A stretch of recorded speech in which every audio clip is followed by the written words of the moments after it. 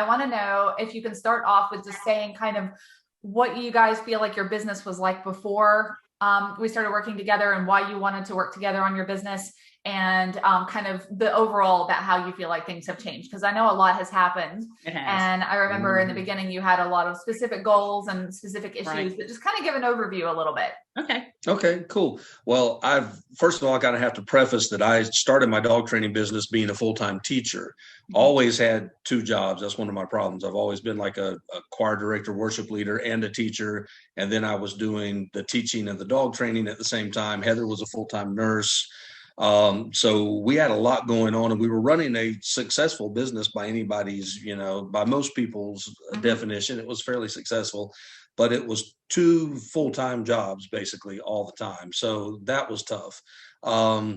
And I guess we started maybe 2011, somewhere in there, and just had great mentors, both for dog training and like, Ty Brown and other people. Then I started following you, but I never had time to implement any of that. I mean, it was great. And I know that everybody that was helping me was frustrated because, did you do this yet? No. Did you do this yet? No. So we just never had time to put all the knowledge into practice.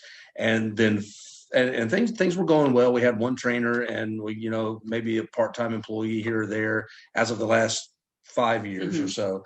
And then I finally came home one day and I just told Heather, I am about to burn the heck out. And I am refinancing the house. Just to let you know, I've already talked to Quicken Loans. We're good to go.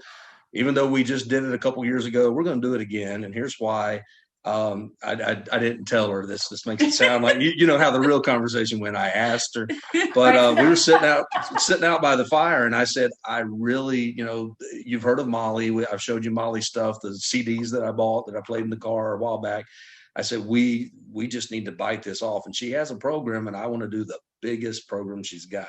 And then I told her the price tag, and I thought she was going to have a heart attack, but she didn't. She understood that what will get you, we started to adopt this policy, what got you here will not get you there. Right. And we were in that point that what got us here was not going to get us there. And we basically, once we did this with you, I started out with programs that were like $425 for private lessons, for like 6 private lessons. And then I did like at their house. Yeah, at their house, driving to them in Charlotte, an hour away. Then I did like $1097 for a 2-week. And I think we were even cheaper than that, but I think Ty helped us get up to these numbers, and I think we were like $1,700 for a 4-week program. But then after we started working with you, we were now $875 for just 4 private lessons. They come to us. We were $29.75 for the 2-week program, where they mostly come to us and we reciprocate a little bit of travel. Of course, we're tons of built-in stuff for the life of the dog and all these things. You made our programs awesome that attracted clients. And then a $39.75 for our biggest program.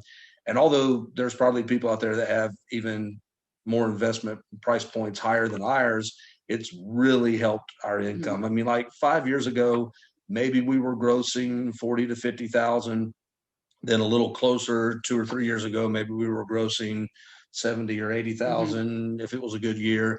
But now we're grossing 160,000 plus, and looking to be a lot more than that this year. But monthly average so far this year, it's been about 25,000 gross. Wow. Yeah. In the first 3 months. Huge. Wow. Yeah. And we are booked out right now until the middle of June, even with, higher price point programs, and not all of them are the 2 weeks. Some of them are the 4-week. Yeah. So you kind of touched on a lot of the things already, but I wanted you to tell as well what you feel like are the top things that made the biggest difference in your business. Like what kinds of things you specifically changed, any advice that you'd like to share with other people about the top things that made the biggest differences. Yeah. Well, we have 4 top things: is Molly. And I didn't tell them to say that. Checks in the mail. No, I'm just kidding. No. But give me some advice of what you would tell new dog trainers just starting out. Gotcha. Like biggest advice. Let's see. Just learn who you are as a trainer, what works for you and your clients, what types of dogs you can help, and the types of dogs you like to help, and try to attract those kind of clients and those kind of dogs, instead of trying to say, oh, I don't know much about aggression, but I think I'll just do it anyway because I need the money. Right. Do what you do best. Right. And find out what kind of owners you like to work with and the ones you don't like to work with. And then I would say the other advice is, hire Molly. hire Molly. Mhm. Don't waste years getting it right, because Right. I mean, I wish, hindsight reinvent being the wheel. 2020. Do what? Can't reinvent the wheel. Can't reinvent the wheel, but I was trying to do it on my own, Right. and I should have known that the business side of it is just as important Mm-hmm. as what your talents that you Mhm. offer. If you don't know how to offer them and get paid well for them, you're going to burn out. You're not going to be able to do it at all. Right. Right. So right. I mean,